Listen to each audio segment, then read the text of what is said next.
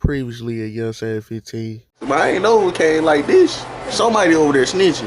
Why the nigga got a crazy ass name, bro? Like you only got a rank out of that motherfucker? So somebody over there changing labels, gang? How can I get my hand on them bitches? I'm burnt.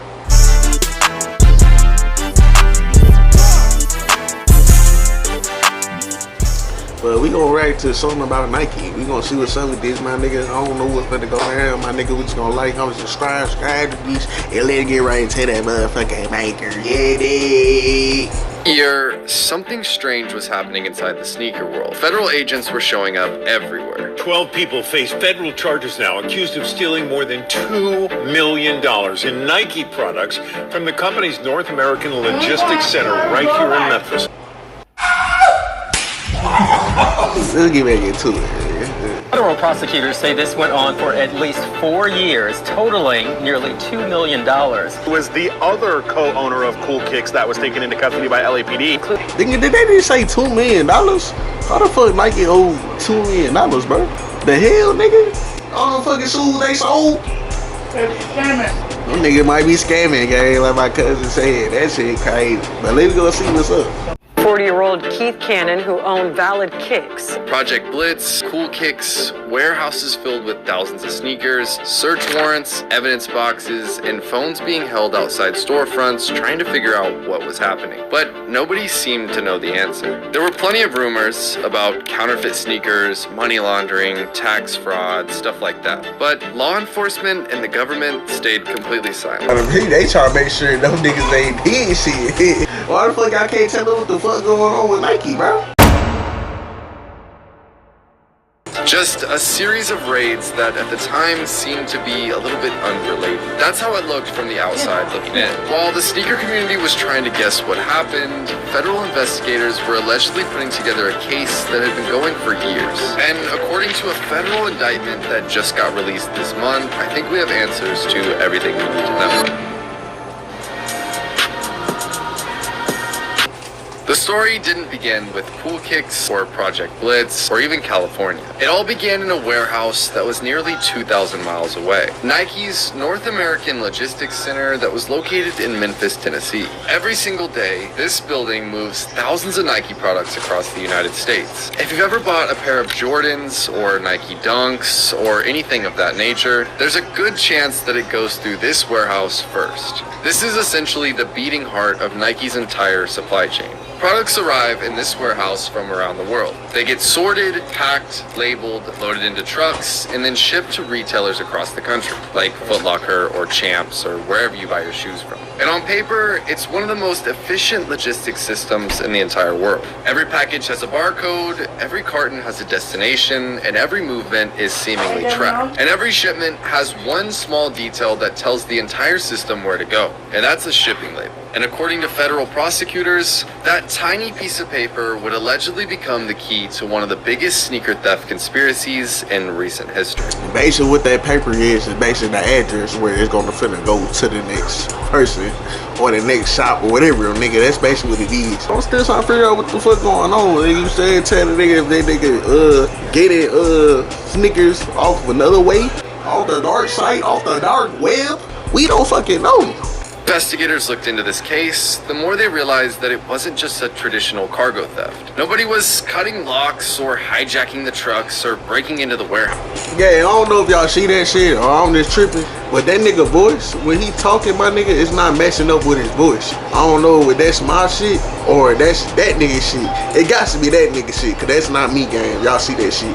But let's get to it. Also in the middle of the night. The operation allegedly relied on something a lot more simple, and that was the shipping process itself. Imagine you go online and order a pair of Jordans from Nike or the website. The order gets processed, Nike packs the shipment, and a shipping label is printed. And that label tells UPS exactly where the package belongs, as long as the label is correct. Now imagine somebody quietly replaces that label before the package ever leaves the building. The box is still scanned, and so somebody over there changing labels, gang? Oh shit, she getting interesting, bro. We finna see what's up on bro.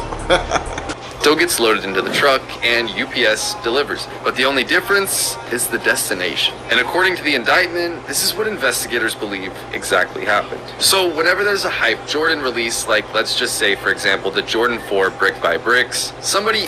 Damn, them bitches is clean, man. I need a pair of those. I hope them bitches are orange and not red, cause I'm living the red shit on me. These put this shit in me. in the warehouse would locate what boxes were filled with these sneakers that were going to be shipped out to Foot Locker or Champs or wherever. And when loading these up onto the UPS trucks to be shipped out to these stores, somebody would slap a label over the top of the one that was already on there. And this new UPS label would then ship it to a different location that wasn't the intended store. And this was addresses that investigators say had already been chosen by members of this conspiracy. And from that point on, the package would follow the new label. But changing the label was only half the job. And that's because a shipping label sitting... There gotta be somebody in the inside that's changing the label, because how the hell they changing labels? There gotta be somebody that's doing it in the inside. That got to be on bro. So who is it? on somebody's desk in Los Angeles can't move a single package inside the warehouse in Memphis. So somebody had to sneak those labels inside. And according to federal Exactly what I fucking said, bro. On bro. prosecutors, this is where it became an inside job at the Nike warehouse. And court documents allege that one of these organizers was Roy Harvey Jr. And he is seen to be one of the masterminds behind this whole operation. And court documents allege that one of these organizers was Roy Harvey Jr. And he is seen to be one of the masterminds behind this whole operation. And like a year... Man arrested at the LA police recovered $5 million of stolen Nike gear. And I guess this is where the stolen Nike gear was. Damn. Got caught red-handed with this stuff. Yeah, he gonna do some time.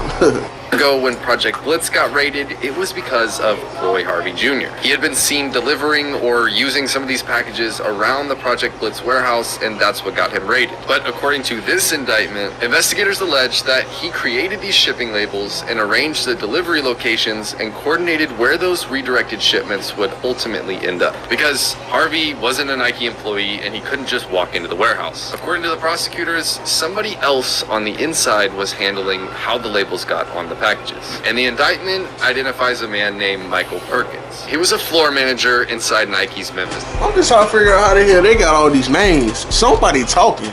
Cause how the fuck they know everybody's name and shit, bro? Somebody over there snitching. Logistics center. And Perkins allegedly would smuggle these shipping labels inside of the Nike warehouse where he would give them to other Nike employees. And prosecutors allege that these employees would place the labels onto specific cartons before they entered Nike's normal shipping process. And like I previously said, nothing on these packages looked abnormal. The packages continued out of the warehouse just like they would on any other day. And that's what made this operation so hard to detect. And this wasn't something that happened just once or twice. Courts allege that between 2022 and 2024, 1,860 fraudulent shipping labels tied to Roy Harvey Jr. was operated successfully through this whole process. And just to mention, this isn't 18. Damn, nigga only had 1,000 shipments. He didn't get that much shit. Only 1,000? You didn't get like 200,000? Like you only got a rack out of that motherfucker? But all those shoes was worth hella bread too. You know what I'm saying? Definitely Nike. Nike ain't cheap, bro. Nigga, it's a lot of niggas that buy Nikes and sell them hoes for even more than what they paid them for. Oh, bro, or get half of what they paid for. 100 pairs. This is 1,860 boxes that are filled with multiple pairs. Whenever a shoe comes out, sometimes a sneaker reseller will have an entire full-size run. They'll have hundreds or 200, 300 pairs of a shoe that's like just came out. Or also in the sneaker world, there's like, oh my God, we got the 13. I'm thinking the 4s. They might be the 5s.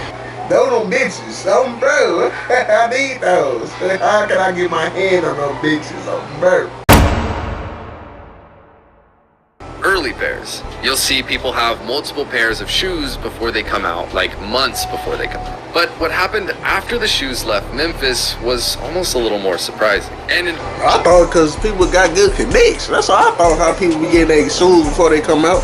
I thought people be having good connects, but I ain't know it came like this. investigators didn't follow the shipping labels, they followed the shoes. And that's where this story takes kind of an unexpected turn. And you have to remember, all of this is happening in private. This was before they decided to raid anybody or make any sort of like public thing about this. So by this point, investigators believed that they understood how the shoes were. They got FBI on their ass, boy. You out of there, nigga. FBI? Nah, FBI is crazy, bro. I ain't gonna lie to you, bro. You out of there. You got the feds on your ass. They ain't gonna stop looking for your ass. They gonna build the whole case on your ass. They just waiting. Nigga, they just waiting and collecting hella information. As soon as they get enough information, they going to attack. They going to strike on bro, on your ass. But anyway, man, I hope y'all enjoyed the video, man. Like, comment, subscribe new. Peace out. Yeah, dude.